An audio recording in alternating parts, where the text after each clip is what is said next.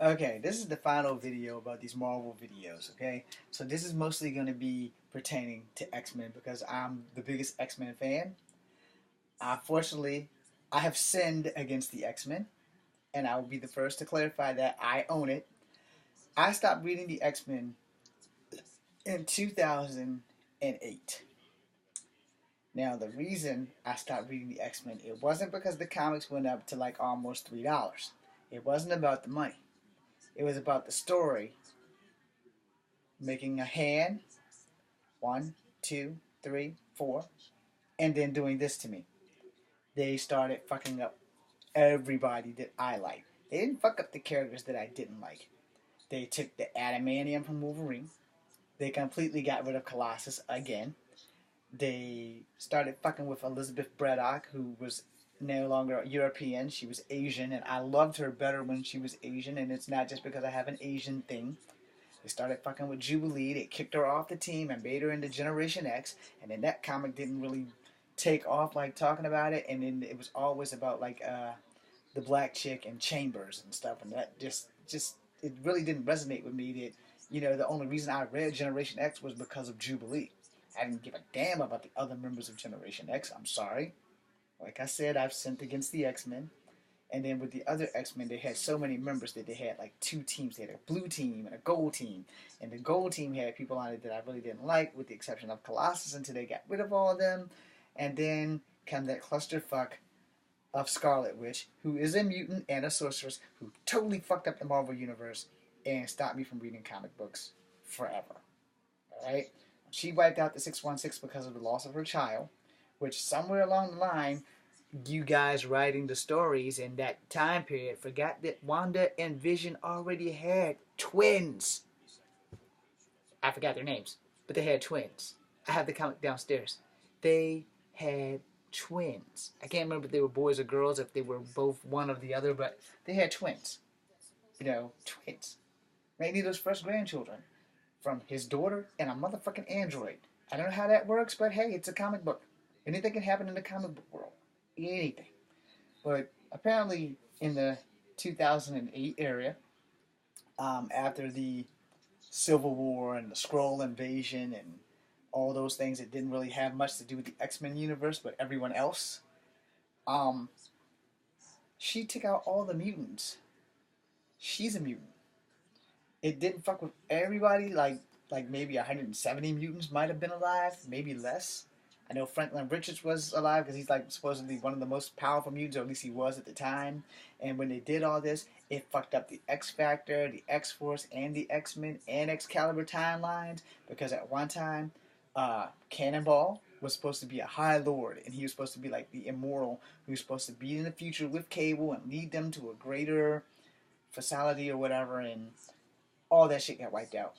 So basically, they gave me the one finger salute with both hands. If you don't like the middle finger, this video is not for you. Because as much as I love and respect Marvel, this is the clusterfuck that stopped me from reading Marvel comics. You destroyed everything that I loved with all of my favorite characters. All of the X-Men. Now, I don't hate Marvel. Don't get me wrong. I love Marvel. I would love to have a job with Marvel. But here's the thing. When you wiped out the X-Men, you took out the one comic that I related to the most, because to the world, guys like me who were born of different ethnicities, all smashed into one, human, yes, but you can consider us Morlocks or mutants, because no one really understands the ethnic code of that. And I was an X-Men from the jump because of the simple fact that the X-Men didn't discriminate. If you had a mutant power, your race didn't matter. They were led by a woman from Africa, but then Bishop came along. So you see, they had good leaders of color. Okay, Sunfire never got a leading position, but when he left the X-Men, I wasn't too happy about that either. And then when Proudstar came in for the X-Force, I was happy because they had another Native American lead in there, because Moonstar was gone. And so I'm thinking, okay, cool. But then in the video that I watched tonight, the guy got it wrong. Warpath was not his brother's code name. His brother's code name was Thunderbird.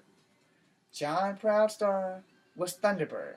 James Proudstar was Warpath. Now, I could be wrong on this, and you can go Google it, but the last time I picked up an X Factor comic book, or X Force comic book, he had changed his name to Thunderbird to honor John. Unlike American Eagle, who popped in and out of the comic books, and he's Native American as well. And unlike Forge, who's also a Native American of Cheyenne, who's an X-Man, who they haven't really dabbled into. So you get these characters, and they're great characters. They have great ethnics. They have great historical or ethnical background stories and shit about like the Apache tribes and all this and what leads to this, and then they're gone. Now, when Psylocke became Asian, Psylocke became deadly. Before that, Psylocke was, to be blunt, Psylocke was a pussy. And she couldn't fight. But who needs to fight when Captain Britain's your twin and he's like completely indestructible and can fly and just fuck people up? The problem with that is that Captain Britain's over here in England and your little ass is over here in Australia. Right, I probably did that wrong because you go from England, the map would probably go this way and you'd be in Australia. But that was also after the Siege Perilous thing. They got tired of switching back and forth with the little Aborigine guy who would teleport them to New York so they could fight people and then teleport them back. Well, we've never figured out what the hell his deal was, and he actually only spoke once. So, and I don't even remember what the fuck he said. But for those who are X-Men fans, then you remember Ruckus and the Nasty Boys.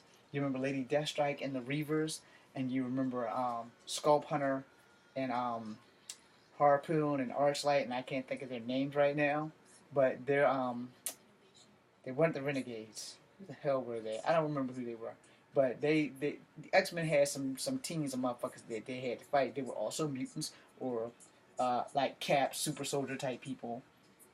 And speaking of Cap, whatever happened to U.S. Agent? What happened to John Walker, Captain America's replacement? Came back before they gave the shield back to him, and before Bucky Barnes took over, and before Falcon now, who is currently the Captain America. So you see where I'm going? If you're going to do these reports, you probably want to do a little bit of more research, because nobody remembers U.S. Agent. How the fuck can you not remember John Walker? No. He was taller than Cap.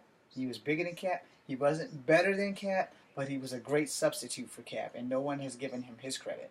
No, he's not even mentioned in the Avengers movie, which, by the way, when the fractions of Avengers start splitting up, where there's 3 teams, where Iron Man was on the West Coast, Cap was on the East Coast, and U.S. Agent would like go back and forth just like Hawkeye would and Mockingbird, and then the lady with the afro would lead the crew in space because that's where Hercules and them were. Yeah, see, no one's looking into all of that. But you're all putting up these reports but not doing enough research to let us know. And of course, there's more than one Captain Marvel, not counting Shazam in DC, but the Captain Marvel, one of them was a Kree, and there's Miss Marvel, and then there's another Captain Marvel that's the black lady with the afro. And if her name's not Captain Marvel, you can Google it. But she had an afro at one time, and I can't remember her damn name now. But if I go through the archives, I'm pretty sure it'll say Captain Marvel. Because then the Kree guy is also Captain Marvel. Don't ask, it's something in the spelling, or it has a hyphen in it, or whatever the fuck. You can Google this shit. But, the thing is, I'm a Marvel fan for life. Just like I'm going to be an Army National Guardsman for life. Rather, I'm in the service and not once a soldier, always a soldier. And the thing you got to understand, once a comic fan, always a fan. I still watch the cartoons. Will I ever buy another comic? Maybe not. I pick up some of these trades and I pick up some of the 50-cent comics to catch up, just to see what I've missed. And I have been impressed with some of the things that they've done with the X-Men. But as for me going back to full-time reading them, spending my money on them, it's not going to happen. Because again, they've fucked with my favorite characters. And they're not throwing me a bone, but they're throwing a boulder at me. And the only thing I can do is get out of the way. So if you're a comic book fan, and you're watching these comic book videos, my advice to you is to, 1, listen to them, take it in, and then go Google it. And if that doesn't work, go to your local comic store. The guys that read the comic books can pretty much inform you about everything that the guys on that video were wrong about. Now, like I said, I am a Guardians of the Galaxy fan. Or at least I was until 2008 when they got rid of all my favorite guys. They got rid of Vance, they got rid of Nikki, they got rid of everyone, and then they revamped Yondu, and they got rid of Charlie, they got rid of Matrix, and I'm like, what's going on here? So I had to find all these Guardians 3000 books to figure out what in the hell I missed. But, you know, as for the original Guardians of the Galaxy, Major Victory, Vance Astro was always my favorite. He's the reason why I read it, because he was the only mutant in that, like, time zone or whatever. So, you know, I had to do it. Now, a lot of things with X-Men and stuff that pissed me off is that Nate Gray was a great character from whatever time zone he is, where he's not kin to Scott, but Jean Grey is his mom. And he has the two little white stems down his hair like Rogue, which was fucking awesome. I don't remember who won the battle with him and fucking Cable, but, you know, it was a good fight. I'm pretty sure that Nate Gray probably died because he had the legacy virus and he came there to get the cure, but his legacy virus was killing him and his mutant powers was the only thing really holding his body together. So every time he used it, it made him weak, which is basically the same story that Cable has, whereas his telekinetics was really holding the metal onto his body. So you guys can Google that too. And to all the writers back then, the great writers before the fallout about the royalties and all that stuff fallout, you know, thank you guys, because without you guys, I probably would have committed suicide, because without Marvel Comics, I wouldn't be here today. Honestly, truly to God, I would not be here today had there not been an X-Men. So thank you, Stan Lee. You do not know how much you have saved my life with the X-Men. Thank you, Scott Ditka. Thank you, all the guys that I've missed. Definitely McFarlane, definitely Lightfield, definitely Lee. Without you guys drawing these pictures and without you guys writing these stories, man, I probably wouldn't have made it past the 5th grade. I had no friends, but I had those comic books. And if I had not learned how to read them at 3, so to whoever created Jonah Hex, I owe you the most, because that's the comic book that taught me how to learn how to read. Now, most people at 3 years old don't read comic books. Again, we didn't have daycare and I didn't have any friends.